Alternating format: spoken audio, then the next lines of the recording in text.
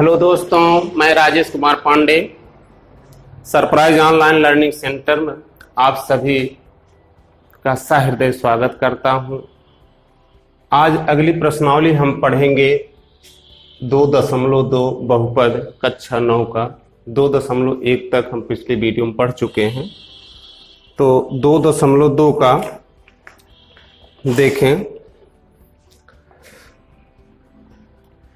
दिया है निम्नलिखित पर बहुपद 5x ऋण 4x स्क्वायर धन 3 के मान ज्ञात कीजिए। निम्नलिखित पर, इसमें पहले में 3 प्रश्न बना हुआ है। पहले का पहला देखें। जबकि बहुपद दिया है आपका 5x ऋण 4x स्क्वायर धन 3 का मान ज्ञात करना।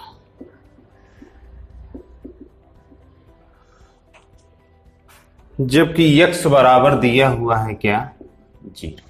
अब देखें, इसका तो मान ज्ञात करना, लेकिन x बराबर दिया है। इसमें पहला हल करेंगे पहले का, x बराबर 0। अब इसका मान निकाल लेंगे। देखिए यहां पर 5 है ना, गुणे x। 5 और x बीच में कुछ दिखाई नहीं दे रहा है, लेकिन यहां पर कौन सा चिन्ह होगा, गुणा का चिन्ह होगा भैया। ऋण 4 गुणे x की घात 2 है ना, तो x गुणे x कर लेंगे धन 3। ये बराबर हुआ 5 गुणे x। x बराबर क्या रखा है, 0 है ना, सवाल में दिया हो x बराबर 0। तो जहां x है वहां पर हम क्या रख देंगे, 0 रख देंगे। x बराबर 0 रखने पर 0 ऋण 4 गुणे 0 गुणे 0 धन 3। अब 5 शून्यम 0 ऋण 4 शून्यम 0 शून्यम 0 धन 3 आया आपका कितना, 3। ये समझ में आ गया ना क्वेश्चन पहला। चूंकि उसका मान दिया था क्या, x बराबर 0 दिया था। एक और देख लेते हैं, दूसरा देखें। इसी का मान निकालना है। अब इसी का दूसरा दिए हुए है क्या, 5x 5 गुणे x ऋण 4 गुणे x गुणे x धन 3। अब x बराबर क्या दिया हुआ है दूसरे में, ऋण 1। क्या दिया है, x बराबर ऋण 1। अब क्या करेंगे, जहां x है वहां ऋण 1 रख देंगे। देखिए 5 गुणे ऋण 1 ऋण 4 गुणे ऋण 1 गुणे ऋण 1 धन 3। ठीक। अब यहां कुछ नहीं है, तो यहां पर क्या है, धन है। धन ऋण का गुणा ऋण होगा, 5 एकम 5। अब यहां ऋण ऋण का गुणा धन, धन ऋण का गुणा ऋण, 4 एकम 4 एकम 4 धन 3। अब देखें यहां पर ऋण 5, किसी से मान ली 5 रुपया ऋण लिए थे, 4 रुपया ऋण और ले लिए, तो कुल कितना ऋण हो गया, 9 हो गया धन 3। अब हम 9 रुपया ऋण लिए हैं किसी से, हमारे पास 3 रुपया हो गया, तो उसको क्या करेंगे, 3 रुपया दे देंगे, तो बचेगा कितना, ऋण 6। यही आपका आंसर हो गया। समझने में कहीं दिक्कत तो नहीं है ना। अब x बराबर 2 मान आप स्वयं रख लेंगे ना। तीसरा देखें जो दिया है पहले का, ये समझ में आ गया आप लोगों के। अगला क्वेश्चन देखते हैं, सवाल नंबर 2।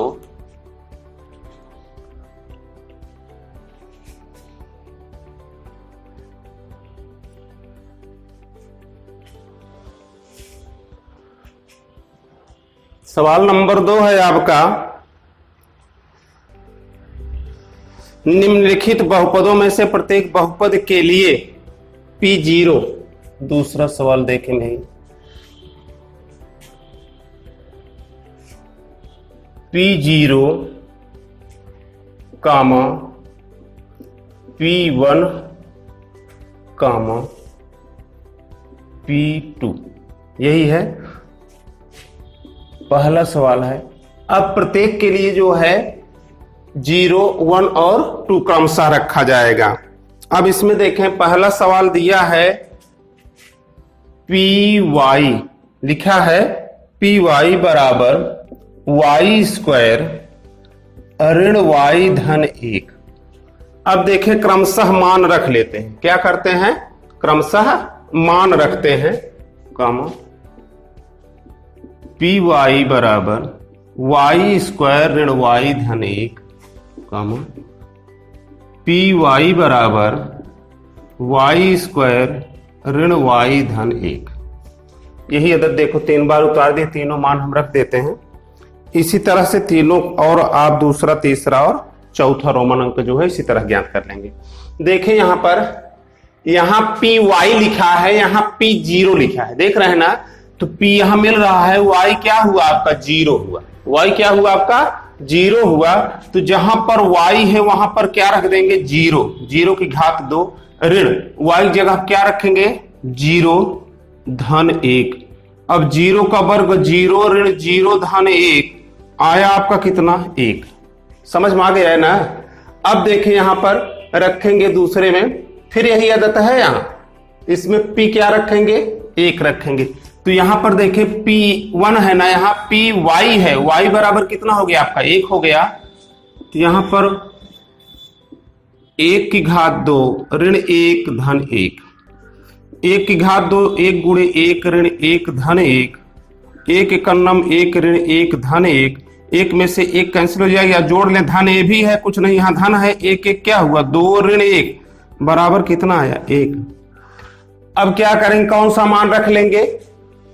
यहां पी वाई दिया है ना, वाई कितना हो गया? 2 हो गया। अब सवाल में वाई दिया है तो वहां वाई की जगह क्या रखेंगे? 2, 2 की घात 2 ऋण 2 धन 1। अब 2 की घात 2 है तो 2 गुणे 2 ऋण 2 धन 1, 2 दूनी 4 ऋण 2 धन 1। अब यहां देखिए धन 4 है, धन 1, 4 1 कितना हो गया भैया आपका? 5 हो गया ना। ऋण 2, 5 में से 2 निकाल दिए, कितना आ गया? 3। तो पहले क्वेश्चन का आंसर आपका क्या होगा? आंसर बराबर 1,1,3। इसमें भी 1 है, इसमें भी 1 है, इसमें 3 आ गया। यही आपका क्या होगा? आंसर होगा। दूसरा सवाल ठीक समझ में आ गया आप लोगों के। इसी तरह से रोमन अंक में जो दिए हुए हैं दूसरा, तीसरा और चौथा, इसको आप आसानी से हल कर सकते हैं। यदि आप समझ में नहीं आता है तो कमेंट्स बॉक्स में कमेंट अवश्य कीजिएगा, जिससे हम इसका हल आप तक आसानी से पहुंचा सकें। चलें अब अगला सवाल देखते हैं। सवाल नंबर अगला है 3।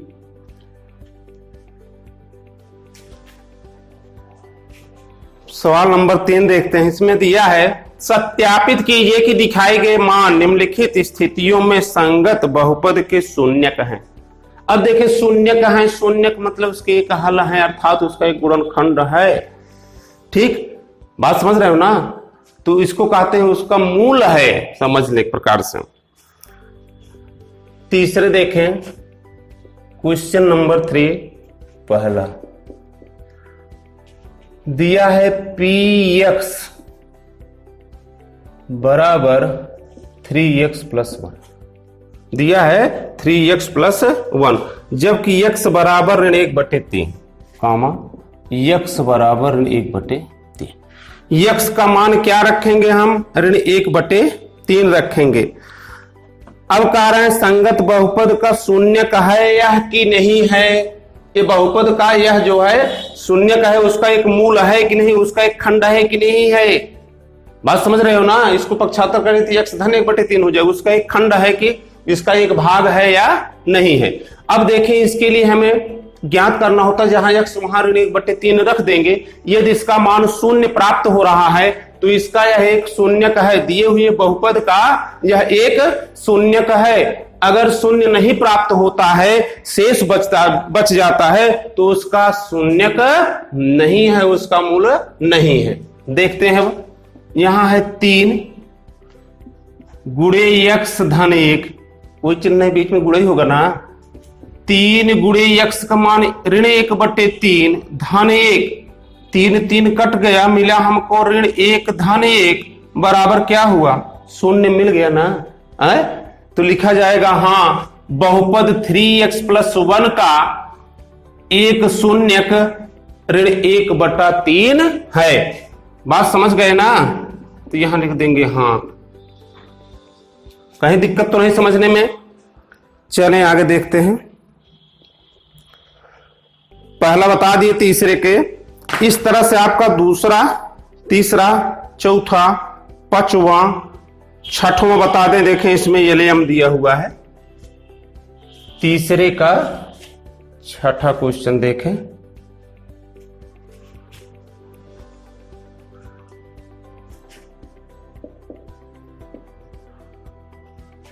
px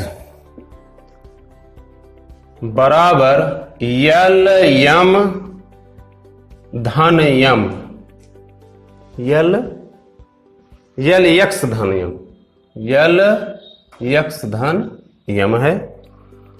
जबकि दिया है यक्स बराबर ऋण यम बटे यल, यक्स बराबर ऋण यम बटे यल, ये दिया हुआ। कहने का मतलब यह हुआ कि जो यह बहुपद दिया हुआ है, इस बहुपद का यह एक शून्य का है कि नहीं है। यक्स का मान हम ऋण यम बटे यल रखते हैं। अगर इसका मान 0 प्राप्त हो जाता है तो हाँ यह शून्य का है, यदि नहीं प्राप्त होता है तो शून्य का नहीं है। देखते हैं। यल गुणे यक्स के स्थान पर क्या लिखेंगे? ऋण यम बटे भैया यल लिख देंगे। और आगे धन यम दिया हुआ है। यल यल यहां पर क्या हुआ? कट गया। बच्चा ऋण यम धन यम। किसी से ऋण यम रुपया लिए थे, उसको धन यम दे दिए, तो बचा क्या भैया? 0 लिखा जाएगा। हाँ, दिए हुए बहुपद का यल यक्स धन यम का यक्स बराबर ऋण यम बटे यल एक शून्यक है। समझ में आ गया ये? अगला देखते हैं अब। 7वां देख ले। 7वें में रूट दिया हुआ है, एक और देख लेते हैं इसको भी।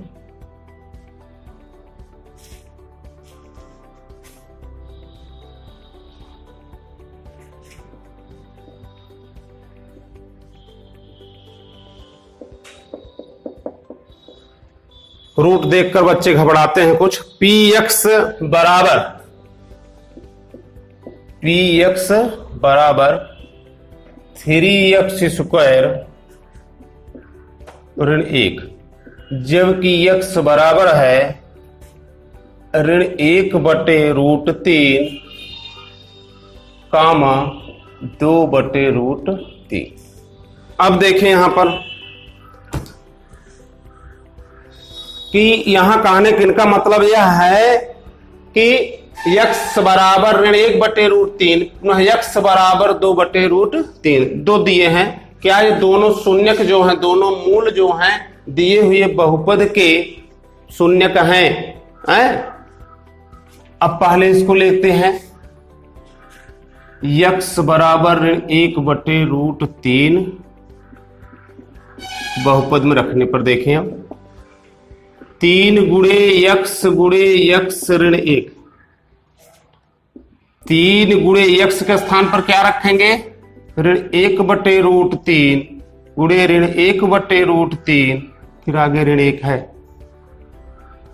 अब यह बराबर ऋण ऋण का गुणा हो जाएगा धन 3 एकम 3 बटे रूट 3 गुणे रूट 3 कितना हो गया? रूट 9 ऋण 1। अब यहां देखें 3 बटे 9, रूट का मतलब होता है वर्गमूल। 9 का वर्गमूल क्या होगा भैया? 3 होगा। ऋण 1, 3 कट गया ना, 1 ऋण 1 बराबर मिला हमको क्या? 0 मिल गया।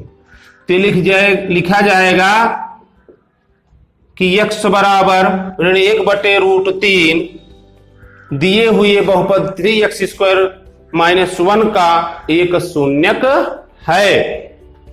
अब अगला देखते हैं इसमें। x बराबर 2 बटे रूट 3 बहुपद में रखने पर देखें।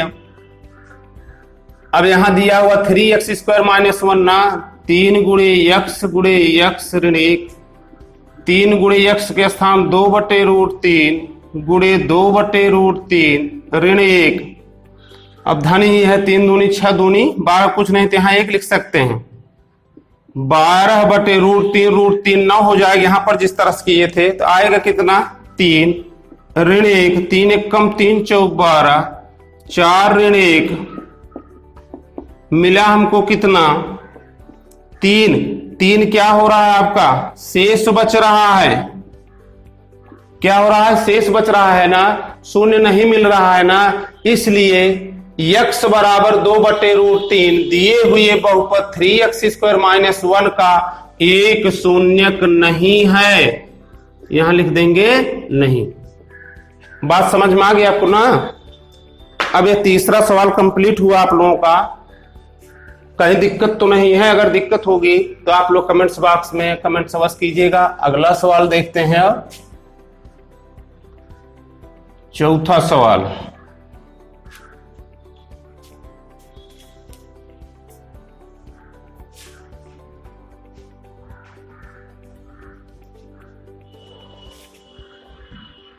सवाल नंबर 4, निम्नलिखित स्थितियों में से प्रत्येक स्थिति में बहुपद का शून्यक ज्ञात कीजिए। देखिए इसमें क्या ज्ञात करना है, शून्यक, शून्यक ज्ञात कीजिए।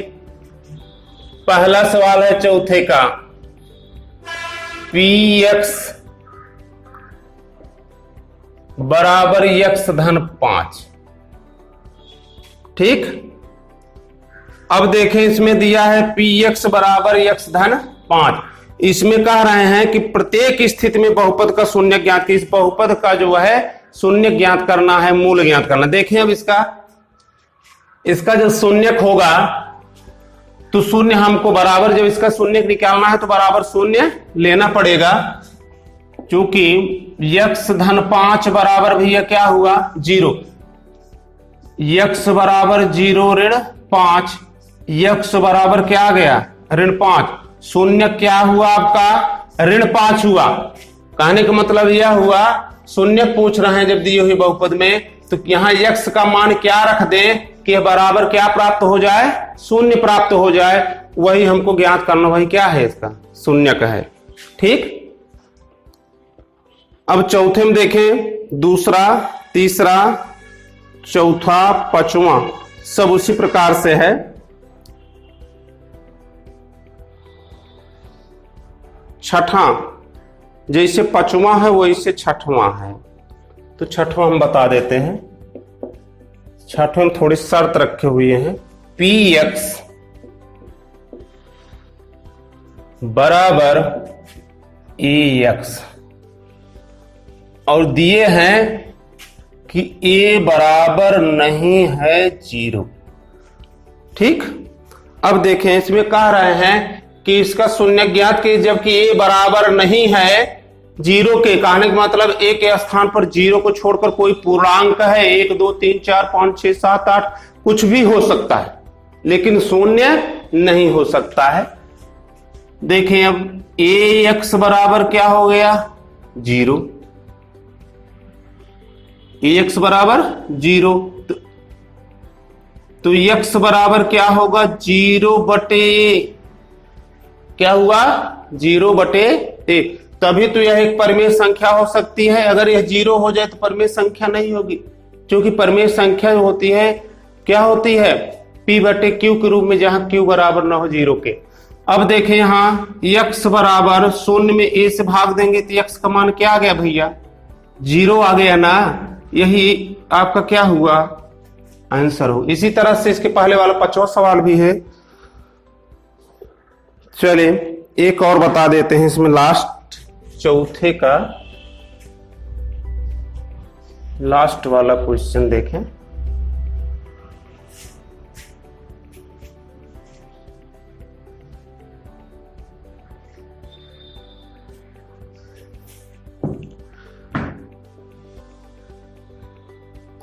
px बराबर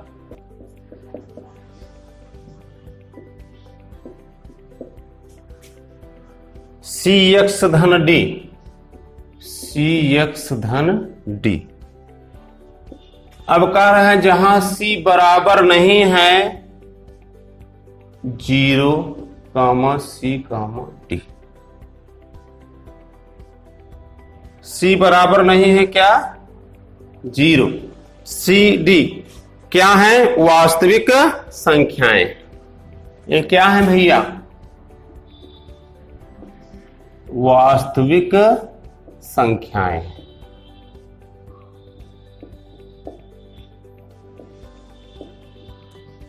जहां पर ये सब क्या है, वास्तविक संख्याएं हैं, तो इसका शून्यक निकालना है। क्योंकि हम जानते हैं सी एक्स प्लस डी इक्वल क्या होगा, 0। अब एक्स का मान यहां पर क्या रख दे कि वहां पर हमको मिले क्या, 0 मिल जाए। तो सी एक्स बराबर भैया 0 ऋण क्या होगा, डी होगा। सी एक्स बराबर ऋण डी, एक्स बराबर ऋण डी बटे क्या हो जाएगा आपका, सी। यही आपका क्या होगा, शून्यक होगा। ये प्रश्नावली आपकी पूरी हो गई। अब अगली प्रश्नावली जो है आप लोगों को अगले वीडियो में हम बताएंगे। इस प्रश्नावली को जो है,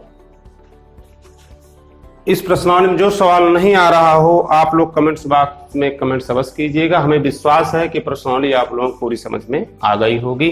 धन्यवाद।